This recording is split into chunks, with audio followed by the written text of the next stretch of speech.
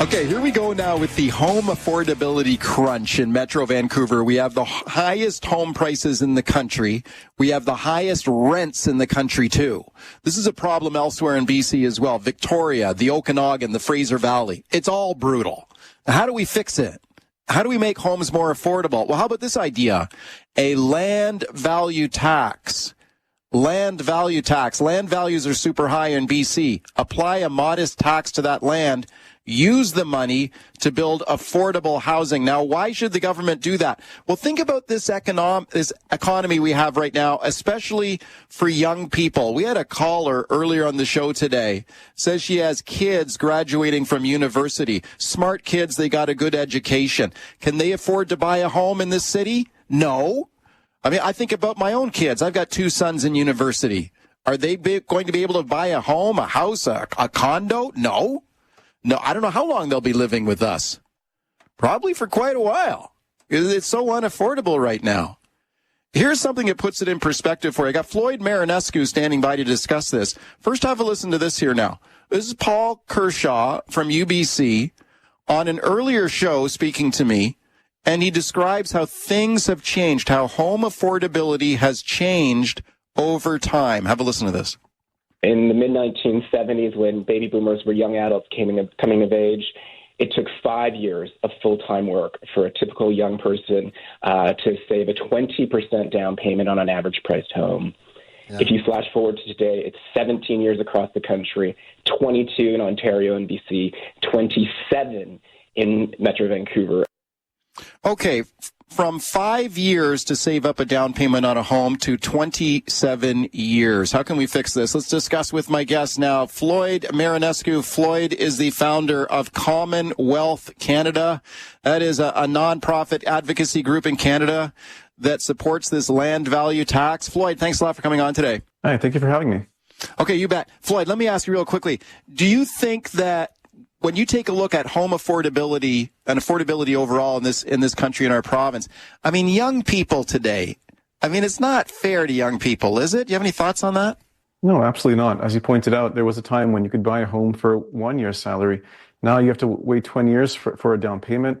It's absolutely crazy. I think a lot of this is being driven in part by, the fact that homes can't simultaneously be a wealth creation vehicle as well as an affordable place to live. You can choose one or the other. You can't choose both. We have investors displacing families buying condos being built for investors' preferences, not for families or young people. It just doesn't work. Something needs to give. A land value tax is a way to start to approach that problem. Okay, let's talk about that. So a land value tax, how would that work? So many of you, the listeners, are homeowners. You understand that in your property tax, part of it includes a little bit on land, but it's not listed separately. You can imagine the land value tax as a property tax where you're excluding buildings. It's focused more on land, but it should be listed separately and taxed at a different rates. That's basically what it is. If you look at your home as homeowners, you know that your home itself, the structure itself, it costs more to operate. It generally goes down in value because it needs maintenance and upkeep. But the land value always goes up no matter what you do. It goes up because the economy is good. It goes up because public infrastructure got built. It goes up for many reasons. And that's where everyone's chasing. That's what investor dollars are chasing, land value growth. And because of that, housing will frankly never be cheap because we're treating homes as an investment asset. So a land value tax in a small amount can start to change those dynamics. You might see less investors outbidding families to buy condos, for instance, because the return from the part that appreciates in value will be lower over time because you're taxing it, which will free up inventory and reduce competition that's driving prices up. So that's one of the ways they could address one of the fundamental problems. But overall, no one is really proposing a land value tax as a tax grab. I know a lot of the listeners are probably seeing red right now. Most people propose it as a tax shift, where you can reduce taxes on incomes, personal taxes, land transfer taxes, property taxes, corporate taxes. You can reduce all those taxes and instead shift the tax burden onto land, which, according to our calculations, including potentially a rebate, so everyone gets a bit of that cash back through tax cuts, but also rebates coming back. Most people, the average homeowner, will be better off, actually have more money in their pockets after such a transition, experiencing net tax relief, which is why the mayor of Detroit is really hard on this, proposing this tax relief for Detroit residents by reducing property tax and increasing a land tax. Interesting. We'll start to see it change construction incentives, because right now, if you add to your home, if you add a unit, if you make an expansion, you end up paying more tax because property tax punishes building property, which is nuts. No, instead we should pay a land tax, which costs you if you don't build more property, especially downtown areas where we have land that is too valuable for the small number of dwellings on it. It would fix that. So the incentives would lead to building up in downtown cores where you need more density. Okay. I suspect that for listeners who are listening right now, if they're homeowners, okay, they're landowners, they own the land, their home is on, that when they're hearing you talk about a land tax, I think you're right. I think probably a lot of them are seeing red right now, because there's been a lot of talk in Canada about some sort of home equity tax or a land tax. Let's try to get this value out of these rising home prices and land values and use that money for something else. Like, so let's say if we did this, let's say you brought in this land tax, what do you do with the money? Do you the government use the money to build affordable housing for people who can't afford it right now? Would that be one thing you could do? Well, certainly part of it could be used for that, but I think a sensible transition should be over the long term, like 10 to 20 years of a rollout where you're reducing other taxes, you're including rebates that most homeowning households end up actually experiencing tax relief. But instead, the burden on land ownership increases over time. But again, the point is you don't want to leave people in the dust. You want to leave people paying more. They're already taxed enough already. We don't have to pay more out of pocket. We want to be paying a little bit less. But when you think about the taxes that you do contribute right now to live in society, if you see that it's attached to land, it might encourage different decisions. It might encourage underutilized land to be sold for development as opposed to taxing your incomes, which you have no control over. Let me ask you this. What about people who are homeowners right now? Maybe they paid off their home or they have a small mortgage on it. Yeah, they're sitting on a lot of equity in that home, I'm sure. But if you ask a lot of them, they will say, man, we scrimped, we saved, we tightened our belts. We did everything we had to do to get into this home. We lived through a time of sky-high interest rates that people have forgotten about. And now you're coming along and you're saying, we want some of this money back just because, and they're planning to use that equity for their retirement. I mean, what do you say to those people? Because I'm sure we'll hear from them here on the open line. People in that situation generally bought their homes for way, way, way less than young people today are faced with on pricing. So we're talking about a way to make this fair for all future generations in a way that leaves most people better off from a cash perspective. Seniors should be allowed to defer this tax. It could just accumulate on the land without being paid until they pass, until they sell. So it's not causing a burden, kicking people out. But this is ultimately about people being able to live near their children, young people being able to afford homes because there'll be a lower down payment on their mortgage, because when you tax land, you make it cost less. You're literally making land serve people's need to live as opposed to investors' want of wealth. Okay. So something's got to give. Okay, we're going to take some calls on this on the other side. And here's the thing, though. Like when you say that for people who are into a home now, maybe they're retired baby boomers, yeah, they probably obviously paid a lot less for their home than what it would cost now. But I know we will hear from people who paid sky-high interest rates back in the day here. Here, listen to this news report. I stumbled across this yesterday here. This puts it in perspective about what interest rates were like. This is a report from 1980. Okay, so let's go in the Wayback Machine here. 1980. Listen to this on interest rates at that time. Mortgage rates in Canada had already started to fall as financial institutions anticipated today's interest rate drop. Some rates have come down to 14.5%. That compares to a recent high of 17.5%. One man who is breathing a sigh of relief is Gary Martin. He was facing a mortgage renewal at the end of this month and had been told it would be 16.5%. That will now be lower, but not low enough for him. Now that they've dropped down to 15%, 14.5%, a lot of people feel that, that is a bargain. Personally, no, I don't think it's a bargain at all. Oh, man. Can you imagine that? 17.5% interest rates. Boy, we thought we got it tough right now. Here's what we're going to do right now. Let's take a quick break. Floyd Marinescu is my guest. Commonwealth Canada. He's making the case here. A land value tax. Use the money to build affordable housing. Phone me. Tell me what you think of this idea. This is Mike Smyth. Back with your calls.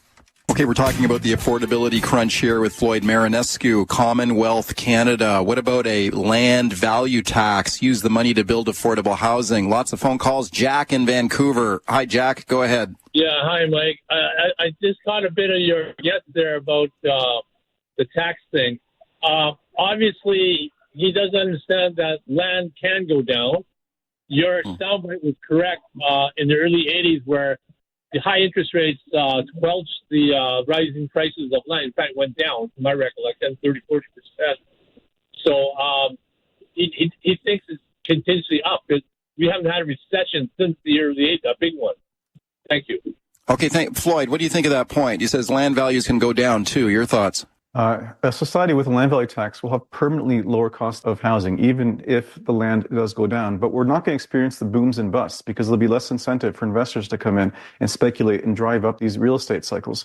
So if we had already a full land value tax implemented over the last 20 years, the average home today would cost 42% less, no matter what stage of the cycle that it's at. So, of course, land values can go down, but they'll be even lower on a permanent basis. Meanwhile, your incomes are higher. I just want to remind you, Michael, we're not proposing all of the money go to affordable housing. We're proposing most of it go to tax cuts and rebates that leave most households financially better off, more cash in their pockets. Okay, interesting. Leona in Alder Grove. Hi, Leona, go ahead. Hi, Mike. I've been listening with interest to your program. It is an interesting idea that your guest has put forward. I have a different take on taxes and how they should be used. Okay. My suggestion is that governments do away with the general revenue pot and go back to putting the taxes that they collect for specific purposes into that pot and use those taxes for what they were collected for. And that's all I have to suggest. All right, Leona, thank you for that call. Appreciate it. Thank you. Let's go to Manny in Vancouver. Hi, Manny, go ahead. Hi, Mike. How are you? Good. Go ahead, Manny. Yeah, so your guest made a comment to the effect of saying that, if I bought a home 20 years ago, I've made quite a return on my investment. I think what's missed in the whole conversation is there's a cost for that ownership. There's property taxes, and specifically there is mortgage interest rates. Last year I paid $36,000 in interest rates alone. Yeah. Right? Plus there's $12,000 of, I own a single detached home out in the West, and with property taxes and gas, insurance, it's about $12,000 a year to have that home. So with interest rates over the last 15, 16 years that I've owned a home, like that nest egg at the end when I sell, it's not like I'm going to make $1 million. I'm going to get all that back, basically, plus a little return. Okay, that's interesting. Thank you for an interesting call, Floyd. What do you say to him that, for even though property values obviously have gone up a lot, I mean, there are carrying costs when you own a home, but your thoughts? That's absolutely true. And if you don't like the fact that banks will sometimes make twice the value of the home in interest payments, this is a solution for that. Because what you pay in a land value tax, you're not paying in mortgage payments. It's reducing the size of the debt. It's reducing the down payment. And instead of that money going into a bank's profit margins, it comes back to us through tax cuts and rebates and affordable housing.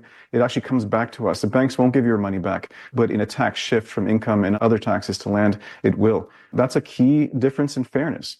The system we have now is driving prices up. Everyone's chasing land value growth. The banks are profiting the most, and families are suffering because of this incentive cycle we've created. So land value tax will interrupt that cycle so that homes cost what they should reflect real use cost as opposed to a wealth creation asset cost that everyone wants a piece of, including the banks. Stu in Langley. Hi, Stu. Go ahead. Hi, good morning, Mike. I don't know why sometimes you have guests on that want to keep coming after us as property owners. I bought my house back in 1990, and it's paid off just last January. 5 years. Worked very hard to do that. I'm not looking at it as a monetary value. I haven't created the price of it going up over those years. Go after those that are doing that. But I live here, and I want to live here, and I want to live here for the rest of my life. But don't keep coming after the property taxes and the property owners, because I've already had to defer my taxes because I retired, and I'm living on a basic on my pensions, which I can comfortably. But don't keep coming after, because you're going to basically force people out of their houses because you keep coming after taxes.